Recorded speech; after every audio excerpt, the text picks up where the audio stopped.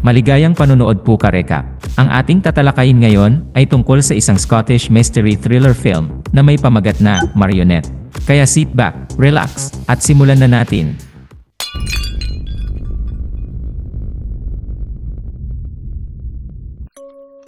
Nagsisimula ang pelikula mga ka-recap nang ipinakilala ang 10 taong gulang na si Manny. Hindi siya mahilig makipag-usap sa mga tao at madalas na nag-iisa lang siya. Ang tanging hilig ni Manny ay ang pagguhit. Mahilig siyang gumuhit ng creepy na mga larawan ng mga aksidenteng pangyayari. Ang kanyang personalidad ay nagpapaisip sa mga tao, kaya iniiwasan siya dahil isa daw siyang freak. Dahil sa kanyang sitwasyon, ay madalas siyang dinadala ng kanyang ina sa therapy upang matulungan siyang malampasan ang kanyang trauma sa kanyang past. Karamihan sa mga therapist ay nag-iisip na ang pagguhit ni Manny ay isang paraan lamang upang maibsan niya ang kanyang stress, ngunit hindi nila alam ang lihim na bumabalot sa kanyang mga drawing. Pagkatapos, sa ibang eksena, ay ipinakilala sa atin ka-recap ang isang babaeng American na nagngangalang Marianne Winter na dumating sa Scotland. Siya ay isang bihasang psychiatrist na pumunta sa lugar na ito para magsimula ng bagong buhay upang malimutan ang malagim na aksidente na kanyang naranasan. Pagdating sa Scotland, ay binisita niya ang kanyang bagong opisina kung saan malugod siyang tinanggap ng isang katrabaho na nagngangalang Maor. Ipinakita sa kanya ng mabait na babae ang silid kung saan siya magtatrabaho. Nalilito si Maor kung bakit pinili ni Marianne na pumunta sa Scotland dahil mas maganda ang trabaho niya sa New York. Upang umikli ang usapan, ay sinabi lang ni Marianne na gusto niya ang ulan sa Scotland. Kaunti lang ang empleyado sa kanilang opisina at ang kanilang dating psychiatrist ay na-ospital dahil sa isang problema sa pag-iisip. Pagkatapos ay ilang oras na lang ang natitira ni Marianne bago ang kanyang unang sesyon sa kanyang mga pasyente. Mayroon siyang 2 sesyon sa araw na yon, ngunit ang pangalawa ay mas kawili-wili kaysa sa una. Ang pasyente ay si Manny na mahilig gumuhit ng madilim at creepy na mga larawan ng mga aksidente. Karamihan sa kanyang mga guhit ay naglalarawan ng isang baboy bilang kapalit ng mga tao na sa tingin ni Marianne ay kakaiba. Sinusubukan niyang makipag-usap kay Manny ngunit abala ito sa pagguhit sa kalahati ng session. Kaya, kumuha siya ng ibang diskarte at nagsimulang magsalita tungkol sa kung ano ang ibig sabihin ng mga drawing ng bata. Sa kauna-unahang pagkakataon, nagsalita si Manny at sinabing walang may gusto kapag nagsasalita siya, kaya mas pinili niyang manahimik. Nang tanungin siya ni Marianne kung bakit ganoon ang nararamdaman ng mga tao, ay sinabi ng bata na kaya niyang mangyari ang mga bagay-bagay. Dahil dito ay naintriga ang babae, kaya tinanong siya ni Marianne kung ano ang huling bagay na napredict ng bata. Sa kanyang pagtataka, ay sinabi ng bata na, "Ikaw." Hindi binigyan ng pansin ni Marianne ang sinabi ng bata at iniisip na gumagawa lang ito ng istorya. Pagkatapos ng trabaho, ay pumunta si Marianne sa isang bar para uminom. May nadatnan siyang lalaki na mukhang interesado sa kanya, pero hindi siya nilalapitan nito. Ang lalaki ay may kasamang babae na nagkataong bagong katrabaho ni Marianne. Inabot niya kay Marianne ang isang brochure ng isang book club na dinadaluhan nila ng kanyang kaibigang lalaki at iniimbitahan siyang sumali sa club. Makalipas ang ilang sandali, pauwi na si Marianne nang may nakita siyang nadisgrasya na sasakyan. Nasusunog ang sasakyan at isang lalaki sa ilalim nito ang nasugatan, ngunit hindi pa ito namatay. Gusto siyang tulungan ni Marianne, ngunit natigilan siya sa gulat na naging dahilan upang hindi siya makagalaw. Di nagtagal, ito ay sumabog at ang mga dumaan ay walang magawa upang iligtas ang lalaki. Sa sumunod na eksena, pagsapit ng umaga, ay nakakita si Marianne ng mga guhit ni Manny. Ang isa sa mga ito ay naglalarawan ng isang pagbangga ng kotse, katulad ng nasaksihan niya kahapon. May nakita din siyang guhit ng isang baboy na naroroon sa eksena. Pagkatapos, sa sumunod na sesyon ng therapy, ay tinanong niya ang bata kung nakita ba niya ang pag-crash ng kotse sa balita. Sinabi ni Manny na wala siyang nakita tungkol sa pagbangga ng kotse. Sa katunayan, siya ang gumawa nito. Idinagdag din niya na siya ang gumagawa ng lahat ng bagay sa mundong ito, at kung hindi dahil sa kanya, ay wala si Marianne sa lugar na yon. Dahil sa sinabi ng bata, ay nalilitong tumingin si Marianne sa kanya nang may pagtataka, nang sabihin din ng bata na may baril sa kanyang drawer. Di nagtagal, ay binaniwalang isip ni Marianne ang sinabi ng bata at hindi niya binuksan ang drawer. Pagkaraan ng araw na yon, ang mga kawani ng klinika ay nag-organisa ng isang buwanang pagpupulong upang pag-usapan ang tungkol sa kanilang mga pasyente. Sinabihan si Marianne ng kanyang mga kasamahan na siya lang ang kinakausap ni Manny dahil palagi lamang tahimik ito. Tumanggi siyang makipag-usap sa kanyang adoptive mother at pati na rin sa kanyang mga kaibigan. Dati nang ginagamot si Manny ng isang doktor na ang posisyon ay kinuha ni Marianne sa opisina. Dahil sa nalaman ni Marian ay nais niyang pag-aralan ang file case mula sa dating doktor at ipinangako ng administrasyon na titingnan ito. Pagsapit ng gabi ay pumunta si Marian sa book club na sinabi ng kanyang katrabaho sa kanya. Habang nagaganap ang isang talakayan ng grupo, ang gwapong lalaki mula sa bar ay nakakuha ng kanyang atensyon. Pagkatapos ng diskusyon ay ipinakilala niya ang kanyang sarili sa babae. Ang pangalan ng lalaki ay Kieran at nakatira siya malapit sa apartment ni Marian. Saglit na nag-usap ang dalawa bago siya ihatid ni Marian sa kanyang tahanan. Pagdating nila sa bahay ni Kieran ay sinabihan niya ang babae na pumasok, ngunit mabilis na tumanggi si Marian. Sa gabi ay napapanaginipan niya ang panahong nasa Amerika sila ng kanyang asawa na si Josh. Sila ay isang masayang mag-asawa na nagmamaneho ng sasakyan. Isang araw ay nasira ang kanilang sasakyan, kaya humingi sila ng tulong sa isang lalaking dumaan at pinasakay naman sila. Maayos naman ang takbo ng lahat hanggang sa bumangga na lang bigla sa isang puno ang kanilang sasakyan. Dahil sa aksidente, namatay ang lahat maliban kay Marian. Ang paulit-ulit na bangungot na ito ay palaging gumigising kay Marian, kaya muli na lang siyang pumunta sa opisina upang magtrabaho at alisin ang kanyang isip sa panaginip. Maya-maya ay nagulat siya nang may nakita siyang baril sa drawer na sinasabi ni Manny kahapon. Bago niya maintindihan ang nangyari, ay nakatanggap siya ng tawag mula sa isang lalaki na humihiling sa kanya na patayin si Manny bago pa siya mapatay nito. Biglang pinatay ng tao ang tawag kaya nalilito si Marian. Sa sumunod na eksena, ay nakita niyang muli si Kieran at nakipag-usap ito sa kanya. Mayroon palang bangka ang lalaki kaya nagpasya ang dalawa na maglayag para mawala ang kanilang mga stress. Nagtanong si Kieran sa babae tungkol sa wedding ring nito at nalaman ang tungkol sa pagkamatay ng kanyang asawa. Ibinunyag din ni Marian na pumunta siya sa Scotland para tumakas sa lahat ng nakakatakot na alaala, ngunit hanggang ngayon ay hindi ito gumagana. Kinabukasan sa trabaho, sinabi ni Marian sa kanyang amo ang kakaibang tawag na natanggap niya kahapon. Ipinapalagay ng lalaki na ito ay mula sa dating empleyado ng klinika, na si McVitie. Siya ang psychiatrist na nagtatrabaho sa case ni Manny bago siya ipinasok sa isang mental asylum dahil sa pagiging delusional. Hindi naniniwala ang kanyang mga kasamahan tungkol sa kanyang findings sa case ni Manny. Gayunpaman, binibigyan niya si Marian ng lahat ng background na impormasyon tungkol sa bata. Napag-alaman ni Marian na ang ama ni Manny ay namatay sa isang aksidente sa kotse at ang kanyang ina ay ginawa ang hindi inaasahan pagkatapos. Siya ay natagpuan na lamang sa kanyang bahay na malubhang naging malnourished at may sakit. Mula noon ay inalagaan siya ng mabuti ng kanyang adoptive mother. Pagkatapos ay muling tiningnan ni Marian ang drawing ng bata matapos niyang malaman ang pinagdaanan nito. Sa sumunod na sesyon, tinanong siya ni Manny kung natakot ba siya sa baril.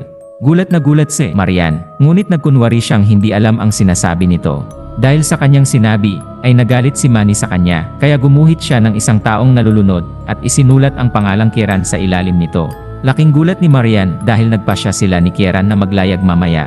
Bukod dito, hindi niya sinabi sa bata ang tungkol kay Kieran. Pagkatapos ng sesyon, ay nalaman ni Marian na ang dating doktor na si McVitie ay nagkaroon ng obsession kay Manny at madalas niyang ginugugol ang kanyang oras sa library.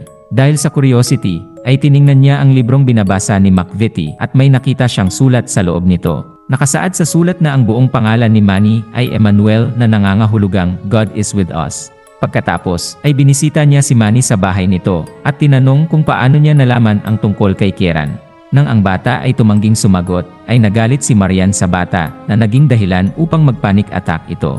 Maya-maya, ay napansin ni Marian ang isang nakakabahalang drawing na ginawa ng bata kaya mabilis siyang tumakbo palayo. Pagkatapos, ay pinuntahan niya si Kieran para sa kanilang paglalakbay, ngunit hindi niya nakita ang lalaki.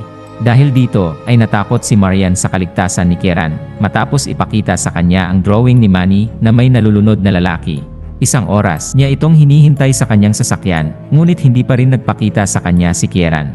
Pagkatapos nito, ay pumunta siya sa book club at sumunod ay sa kanyang apartment, ngunit hindi pa rin niya mahanap ang lalaki. Sa kanyang pag-uwi ay pinanood niya ang balita na naglalahad na mahigit 25,000 tao na ang namatay sa baha, na naganap ilang oras lang ang nakalipas. Dahil dito ay natakot siya na naguguluhan, kaya tiningnan niya ang drawing ni Manny at nakita niya ang drawing na may baha at ang numerong 25 na nakasulat sa itaas. Sa sumunod na eksena, kinabukasan sa opisina, ay determinado si Marian na alamin pa ang tungkol kay Manny. Kaya, pumasok siya sa opisina ng kanyang amo. Malapit na sana siyang magtagumpay sa paghahanap ng dumating ang kanyang amo at nakita siya. Sa pagkakataong ito, ay nalaman na din ng kanyang amo ang tungkol sa biyahe ni Marian sa bahay ni Manny.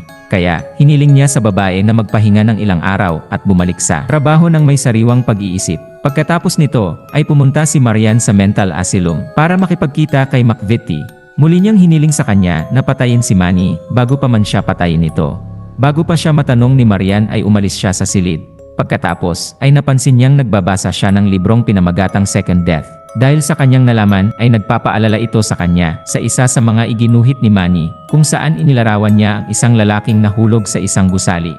Napagtanto niyang may masamang mangyayari kay McVitie kaya madali siyang tumakbo palabas. Ngunit bago niya ito maabot ay nahulog na si McVitie sa gusali at nagkatotoo na naman ang drawing ni Manny. Ito ay nagpapatunay na si Manny ay hindi isang normal na bata at nangangahulugan na ang buhay ni Kieran ay nasa panganib din dahil sa kanyang nalaman. Ay nataranta si Marian at pumunta ulit sa bangka ni Kieran. Natatakot siya na kapag sumakay si Kieran sa kanyang bangka, ay malunod ito at mamatay. Kaya naman, inalis niya ang bangka, umaasang hindi siya makasakay dito at sa gayon ay mapipigilan niya ang kanyang kamatayan. Pagkatapos, ay pumunta siya sa klinika at ninakaw ang lahat ng mga guhit ni Manny mula sa archive. Sa kanyang sorpresa, lahat ng nangyari sa kanya sa nakaraan ay malabo na inilalarawan sa mga guhit at siya ang inilarawan ni Manny bilang baboy sa mga drawing ng bata. Ang isang guhit ay partikular na nakakuha ng kanyang pansin, kung saan ang isang lalaki ay natutulog sa isang lumulubog na bangka. Sa pagkakataong ito ay napagtanto ni Marian na si Kieran ay marahil na natutulog sa bangka ng kanyang hinubad ang tali nito. Nang di nag-aksaya ng anumang oras ay tumakbo siya sa lugar kung saan bumagsak ang bangka at nakitang inilabas ang bangkay ni Kieran mula sa tubig. Napagtanto ni Marian Karekap na namanipula siya para matupad ang mga hula ni Manny. Nawala ng kontrol si Marian sa kanyang sarili kaya dinukot niya si Manny pagkatapos ng insidente. Itinutok niya ang kanyang baril sa kanya at hiniling sa bata na ibunyag ang kanyang tunay na pagkatao. Iniisip ni Marian na si Manny ay isang mensahero na ipinadala ng Diyos upang parusahan siya dahil siya ay isang ateista. Huminto sila sa isang construction building kung saan itinutok ni Marian ang baril kay Manny at tinanong siya kung kontrolado pa rin siya nito. Sa pagkakataong ito ay ipinagtapat ni Manny na si Marian ang gumawa ng lahat. Siya ang nagbukas ng drawer at lumabas ang baril at siya ang pumatay kay Kieran. Nang di na nakayanan ng babae ang sitwasyon, ay pinatay ni Marian ang bata at ginawa ang hindi maisip pagkatapos. Sa sumunod na eksena, ay nasa ospital siya pagkatapos ng pagbangga ng sasakyan. Pagising niya, ay himalang nasa tabi niya ang asawa niyang si Josh. Nakaligtas pala siya sa crash at siya lang ang nasaktan. Kaya, umuwi sila sa kanilang bahay at ang katotohanan ay hindi pala nakapunta si Marian sa Scotland. Ngunit sa kalagitnaan ng gabi ay nagising si Marian at sinabi kay Josh na nakapunta na siya sa Scotland dati. Sa tingin niya ay panaginip lang iyon, ngunit naalala niya ang bawat detalye ng kanyang pagbisita doon. Kaya, tumawag siya sa klinika kinabukasan at narinig niya ang boses ng kanyang kasamahan na nagpapaisip sa kanya na marahil ay totoo ang kanyang panaginip. Nang hindi nagpapaalam sa sinuman ay pumunta siya sa Scotland. Kinaumagahan ay nakipagkita siya sa kanyang mga kasamahan. Ngunit sa puntong ito ay walang sinuman ang nakakilala sa kanya. Tinanong niya sila tungkol kay Manny, ngunit hindi rin nila ito kilala. Determinado si Marian na malaman kung nasaan ang bata, kaya pumunta siya sa archive room at hinanap ang kanyang mga file. Di nagtagal ay biglang lumitaw si Manny mula sa dilim na sobrang ikinagulat niya. Sinabi ni Manny na hindi niya binago ang present o manipulahin si Marian, kundi si Marian ang nagpatotoo sa kanyang mga hula sa pamamagitan ng pagtingin sa mga guhit. Si Marian ay nagkaroon muli ng pagkakataon at tumingin muli sa mga file at may nakitang baril sa loob.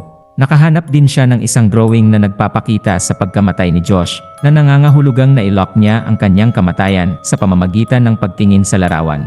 Dahil sa kanyang nalaman ay naglalakad siya sa labas at sumisigaw sa pagkadismaya bago dumating ang pulis at dinala siya sa isang mental asylum. Sa sumunod na eksena ay binisita siya ni Manny. Sa puntong yon ay may pumapasok sa isip ni Marian. Napag-alaman niyang kailangan siya ni Manny para matupad ang kanyang mga hula. Kasabay nito ay nasa loob din ng closet sa kanyang bahay si Manny. Siya ay gumuhit ng isa pang larawan kung saan siya ay bumibisita sa isang baboy sa ospital. Pagkatapos nito ay makikita natin ka-recap si Marian sa isang therapy session. Sa puntong ito ay nalaman na niya ang kahulugan ng kanyang buhay at ang lahat ng nangyayari sa kanya hanggang ngayon.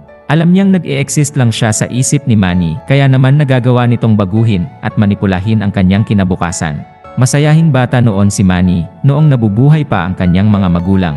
Nakuha niya ang lahat ng gusto niya sa buhay. Ngunit pagkatapos ng kakilakilabot na pagkamatay ng kanyang mga magulang, ay tuluyan na siyang tumalikod sa katotohanan. Pakiramdam ni Manny na wala siyang kontrol sa buhay niya, kaya nagsimula siyang gumuhit. Lumalabas na gumawa siya ng false reality sa kanyang mga drawing, na ganap na nakokontrol niya. Bahagi rin ng realidad na ito si Marian, at hindi siya totoong tao. Ito ang dahilan kung bakit si Manny ay maaaring magpapunta sa kanya sa nakaraan, sa hinaharap o sa kasalukuyang panahon. Naalala rin ni Marian na sinabi ni Manny sa kanya na si Manny ang lumikha sa kanya. Noong panahong iyon, hindi niya maisip kung ano ang ibig sabihin nito, ngunit ngayon ay nagiging malinaw na. Tumingala siya at sinabing, lahat ng bagay sa universe na kinaroroonan niya ay nasa isip ng isang 10 taong gulang na batang lalaki. Pagkatapos, ang eksena ay bumalik sa realidad. Si Manny ay gumuhit ng huling larawan ng isang baboy na nagsasabi ng buong katotohanan sa isang therapist. Sa wakas, ay binitawan na ni Manny ang false reality world na kanyang nilikha sa kanyang isipan, at kasabay nito, ang mundo sa paligid ni Marian ay bigla na lang nawala. Sa huling eksena ka-recap, ay makikita natin na niyakap ni Manny ang kanyang adoptive mother at tinatanggap ang katotohanan sa pagkamatay ng kanyang mga magulang. At dito nagtatapos ang pelikula mga ka-recap. Kung nagustuhan nyo ka-recap ang movie recap natin ngayon, ay inanyayahan kita na mag-subscribe at pakipindot na din ang notification bell para palagi kang updated sa mga susunod naming videos. Maraming salamat sa panonood. Cheers!